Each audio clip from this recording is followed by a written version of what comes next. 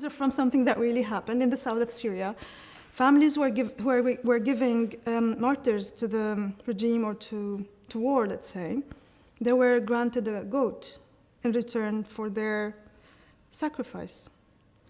So it was like really a literal thing that happened, but also it's for me very symbolic and very brutal and very surreal and very real.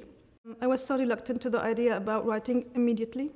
I really had this kind of resistance that it's not the time yet. I was like really spent a lot of time, and I knew that I can do documentaries, but I cannot do theater or poetry. And then there was something that was like filtering among everything else that I was hearing, which is the surreal that is taking place.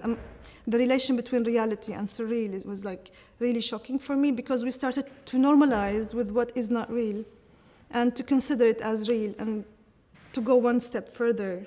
So it's, just to give you an example, so let's say we have a power cut, and then we say, okay, we accept power cut, we can live without it, but what is important is to still have water. And then the next step is we don't have water, and say, okay, it's okay as long as we still have, let's say, fuel. And then we don't have fuel, and then it's okay as long as we still have food. So I mean, there were steps that we're getting.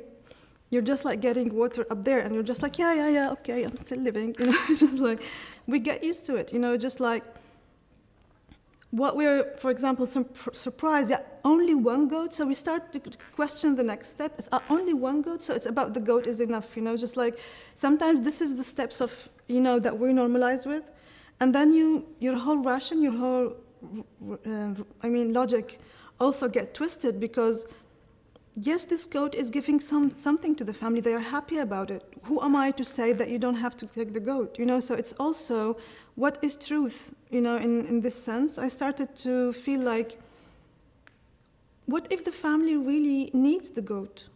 What if it really makes a difference for them? Because they are poor, and this makes a difference, but the implication is so humiliating, but they need the goat. And then there's one point, full stop, go to the other, can they refuse the goat? So it's not that easy of accepting and refusing, it's also complicated. What was happening in Syria alongside me drafting and redrafting and working with the Royal Court and reading and listening to news, and the more I go on writing about what I think I know, the more I'm sure that things are changing and I don't know more.